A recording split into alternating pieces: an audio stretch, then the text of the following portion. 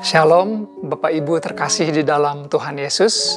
Mari kita melanjutkan kembali apa yang menjadi pembahasan kita di devotion yang sebelumnya.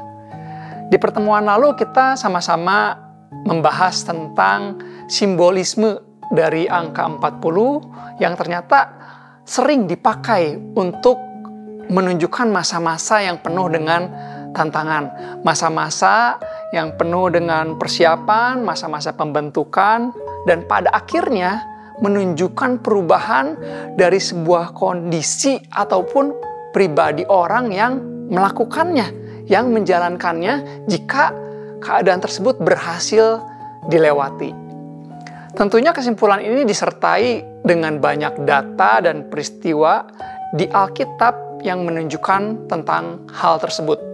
Kali ini kita akan bahas tentang angka 41. Yang kemarin 40, yang sekarang 41, yang identik dengan masa perubahan, masa kemerdekaan, masa pertobatan, masa kematangan. Mari kita lihat contoh-contohnya. Yang pertama, Yesus berada di padang gurun, berpuasa, dicobai selama 40 hari, tapi pada hari ke-41, iblis melarikan diri daripadanya. Yang kedua, setelah kebangkitan Tuhan Yesus, dia menunjukkan diri kepada murid-muridnya selama 40 hari. Tapi di hari yang ke-41, dia naik ke surga. Lalu ada Musa yang naik ke Gunung Sinai selama 40 hari juga. Lalu pada hari yang ke-41 Tuhan memberikan 10 perintah Allah yang ditulisnya lewat 2 loh batu.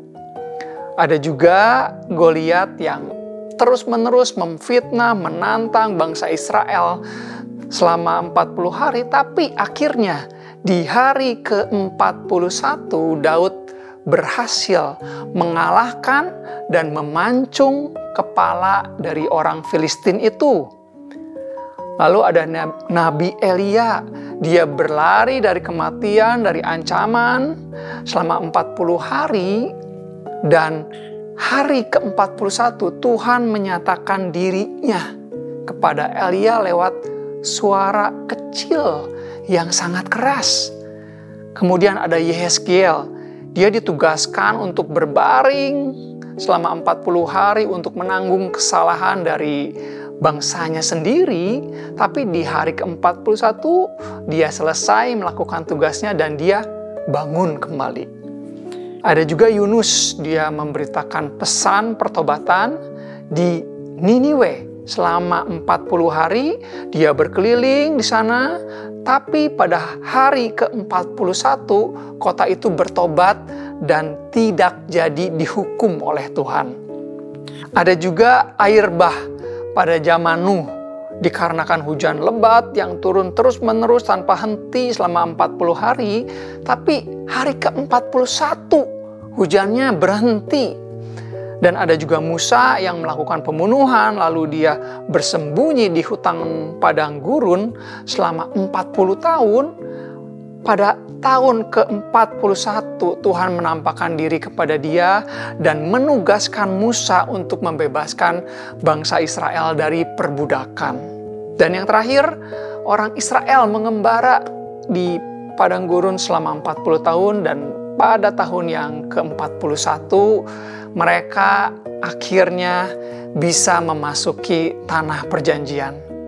Semua perubahan, pertolongan, mujizat yang dari Tuhan itu terjadi di hari atau tahun yang ke-41. Lama ya? Iya, tapi emanglah itu sebuah kenyataan yang mengartikan kepada kita ada waktu yang dibutuhkan.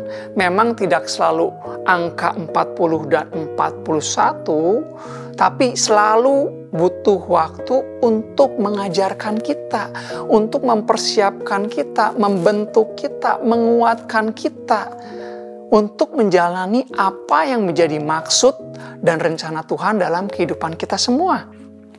Tuhan itu kreatif, dia bisa menggunakan hal-hal yang ringan, yang sederhana, sampai dengan hal yang berat. Seperti pencobaan yang kita bahas tadi, yang dialami oleh tokoh-tokoh Alkitab. Ya, hal-hal yang kita anggap berat, hal-hal yang kita anggap buruk, yang terjadi dalam kehidupan kita, dia bisa menggunakan itu semua. Tuhan bisa menggunakannya untuk menyempurnakan kita, untuk menguji tekad hati kita, apakah kita sudah siap atau belum untuk melakukan hal yang sesuai dengan kehendak dan rencana Tuhan.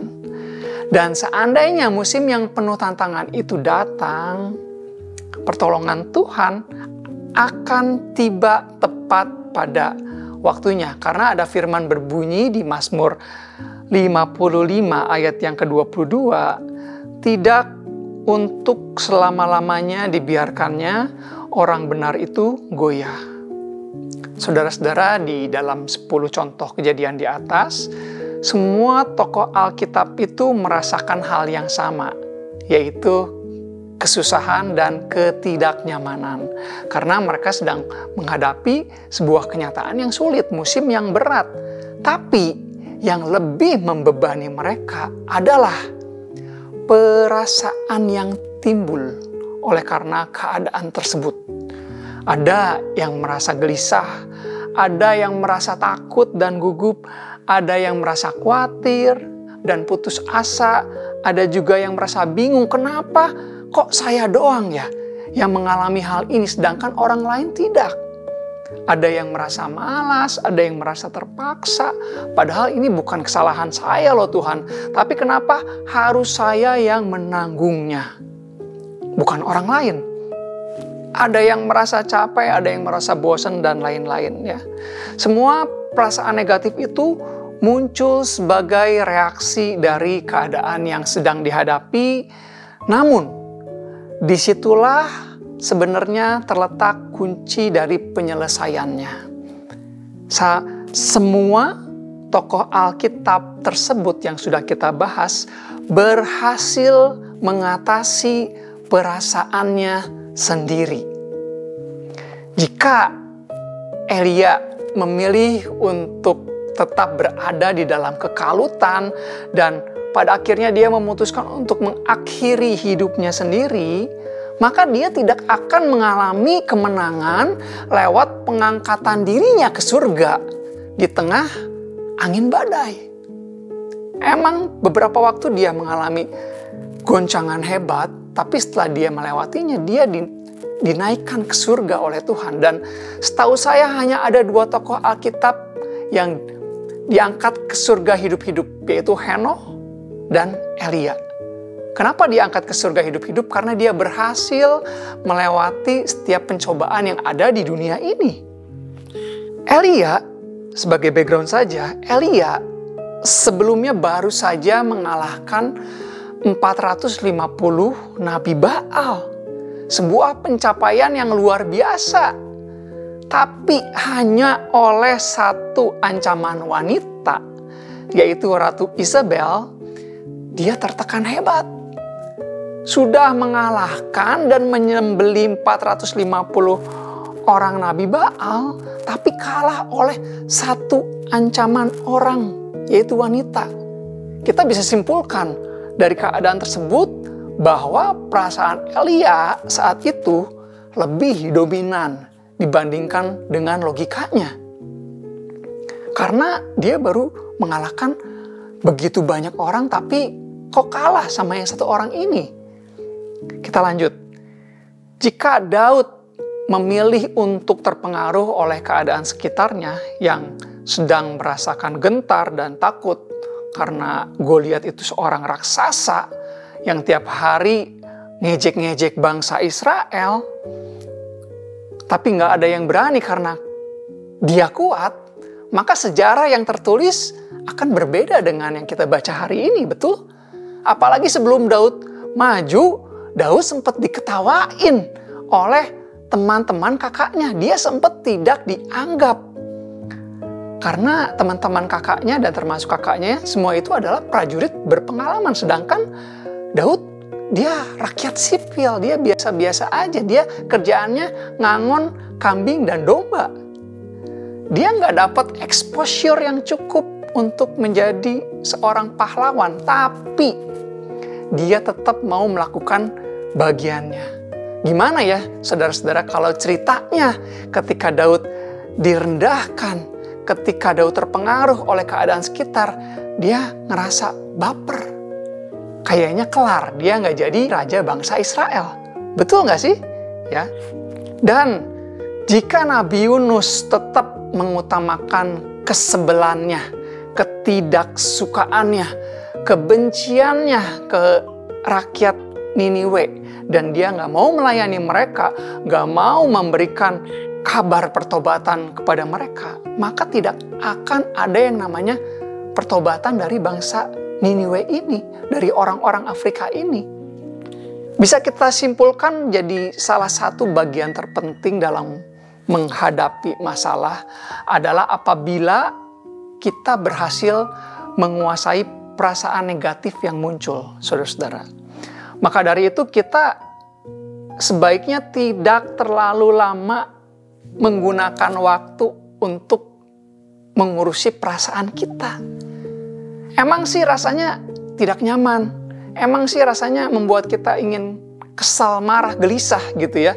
Tapi dengan kita mengurusinya terus, kalau bahasa Koreanya ngekekewek gitu ya, keadaan tidak akan bertambah baik. Firman di Pengkhotbah 3 ayat 4 dan 8 berkata, ada waktu untuk menangis, ada waktu untuk tertawa, ada waktu untuk berkabung, untuk menari, ada waktu untuk mencintai, ada waktu juga untuk membenci, ada waktu untuk perang, dan ada waktu untuk berdamai. Jadi ada batasannya dalam kita menggunakan perasaan ini. Kita tidak boleh selalu membiarkan perasaan kita yang main, yang memimpin, yang menguasai kehidupan kita. Apalagi jikalau perasaan kita itu sampai mengalahkan Tuhan dalam hidup ini. Banyak orang yang runtuh, banyak orang yang gagal karena mendasarkan hidupnya kepada perasaannya sendiri dan bukan kepada firman. Emang perasaan atau emosi adalah ciptaan Tuhan yang baik, yang tersimpan di dalam jiwa kita, yang membuat kita lebih bisa memaknai segala sesuatu. Tapi, saudara-saudara, perasaan hanyalah sebuah indikator untuk kita bisa lebih mengerti tentang keadaan. Dan itu bukanlah pegangan kita. Perasaan bukanlah pegangan kita. Perasaan adalah hanyalah sinyal dan bukan kompas. Ya, makanya kita jangan sampai terlalu tenggelam di dalam perasaan kita, melainkan kita harus bisa menguasainya, mengatasinya dengan baik. Nabi Yeremia setuju, saudara-saudara, bahwa perasaan itu menipu. Hati kita itu licik dan sulit dipahami karena selalu berubah-ubah tergantung dari keadaan yang ada di sekeliling kita. Yeremia 17 ayat 9a, betapa liciknya hati, lebih licik daripada segala sesuatu. Oleh karena itu, kita belajar jangan tertipu oleh perasaan kita semua. Ya, saya mengajak kita untuk sama-sama belajar bisa mengambil keputusan yang benar di tengah masalah, di tengah tantangan yang ada, saudara-saudara. Karena mengedepankan perasaan tidak akan menolong apa-apa.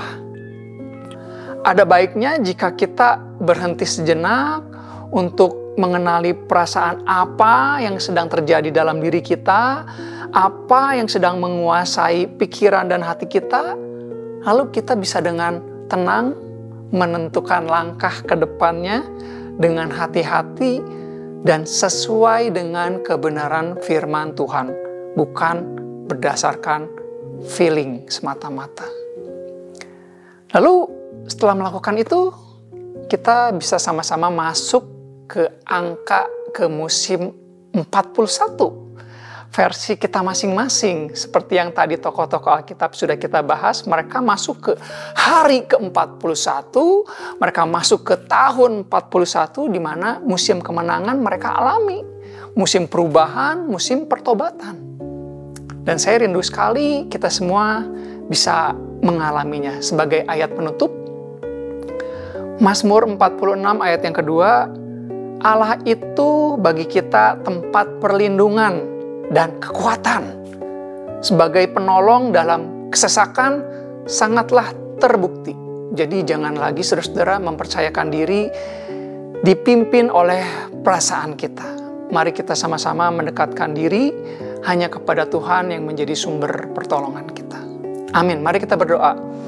Bapa di surga, bersyukur untuk kebenaran firman yang kami boleh terima hari ini Tuhan. Kami berdoa, kami minta hikmat Tuhan, minta kekuatan dari Tuhan untuk bisa mengerti apa yang terjadi dalam diri kami.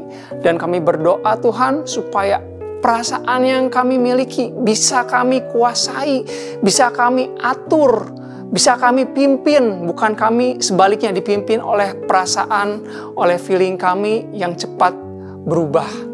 Terima kasih Tuhan, kami mau mendekatkan diri kepada kebenaran firman Tuhan, karena hanya daripadamu lah datangnya pertolongan kami. Terima kasih, kami berdoa di dalam nama Tuhan Yesus. Amin. Sampai bertemu kembali di devotion yang selanjutnya. Tuhan Yesus memberkati.